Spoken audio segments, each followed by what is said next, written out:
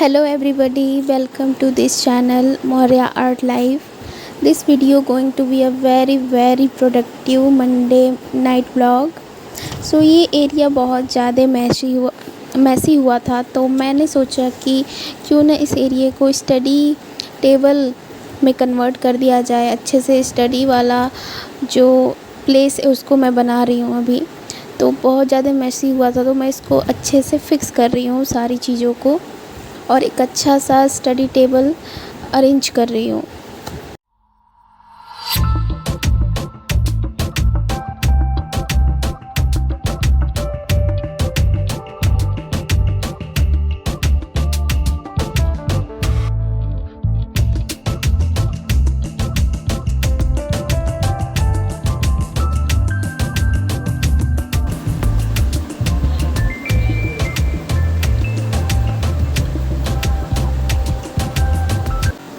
मैंने study table अच्छे से अरेंज कर लिया है और आप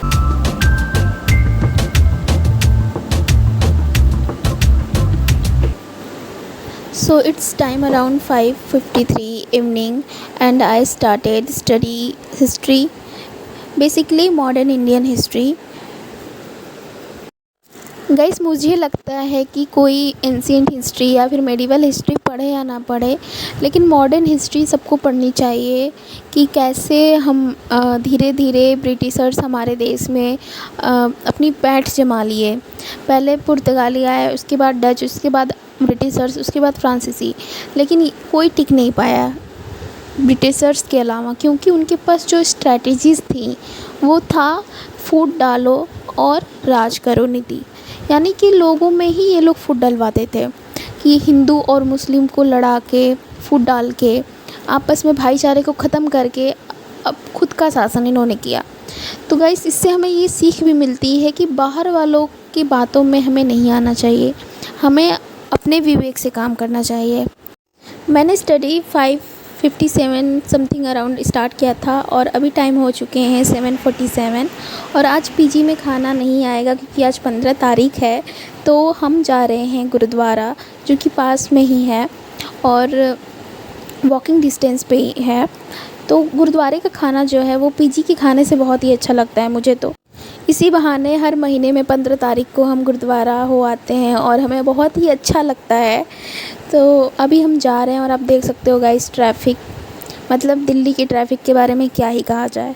फिर हम आ चुके हैं गुरुद्वारा और आप ये बाहर से देख सकते हो, क्योंकि अंदर फ़ोन अलाउ नहीं है, मतलब कैमरा अलाउ नहीं है। अभी अंदर का मैंने इसलिए नहीं दिखाया। और फिर आते वक्त हमने खाई थी आइसक्रीम। गाइस, मेरी किस्मत देखो, ऐसा मिला है मुझे।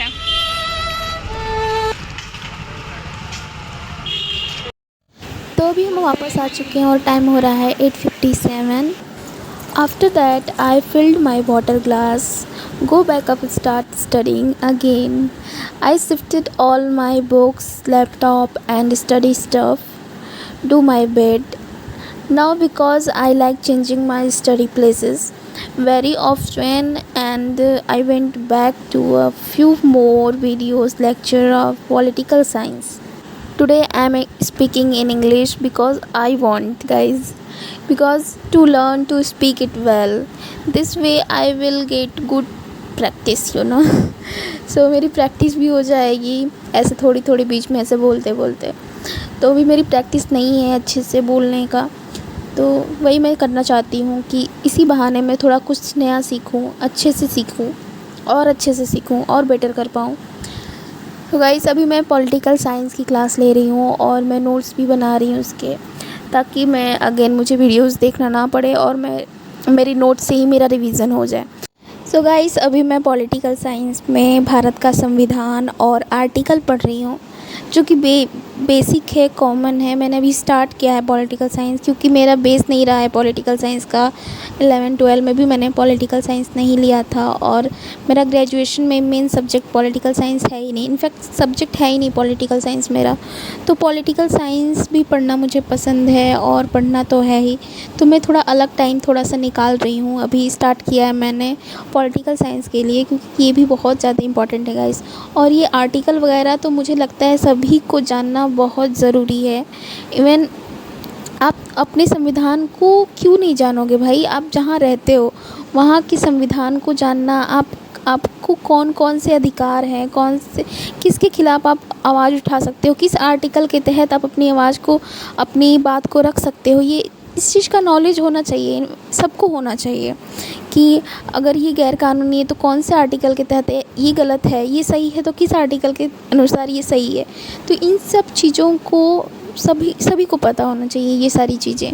तो मुझे ऐसा लगता है कि थोड़ा टाइम निकाल के अपने जीवन का आधा घंटा भी निकाल के डेली या फिर वीक में एक बार ज़रूर आर्टिकल पढ़ना चाहिए, स्टार्ट करना चाहिए। इवन अगर बहुत हो गई ज्ञान की बातें, अब थोड़ा सा मैं दिखाती हूँ कि मैं अभी क्या रिवाइज़ कर रही हूँ। अभी मैं जा रही हूँ जितना मैंने नोट बनाया उसका रिवाइज़ करने। लेने की शक्ति तय करता है कि अपना पर्सनल डिसीजन वो खुद ले सकते हैं। सरकार की शक्तियों पर सीमाएं लगाती है कि ये ना हो कि सरकार अपने आप को इतना शक्तिशाली बन जाए कि उसके लिए कोई सीमा ही ना हो सरकार का। तो संविधान जो है वो सरकार को एक कंट्रोल में रखती है। फिर सरकार की शक्तियों पर सीमाएं लगाती हो गया, समाज की आकांक्षाएं और लक्ष्य को पूरा करती है। यानी कि समाज की जो ज़रूरतें होती हैं, इच्छाएं होती हैं, लक्ष्य होता है कि हाँ अच्छा यहाँ पे सड़क बनवा, मतलब सड़क नहीं, जैसे उसके हित का काम करती है संविधान, लोगों के समाज के हित का काम। मौलिक अधिकारों की रक्षा करना, मौलिक अधिकार आप सबको तो पता होगा, स्वतंत्रता का अधिकार, शिक्षा का अधिकार, शोषण के विरुद्ध अधिकार। तो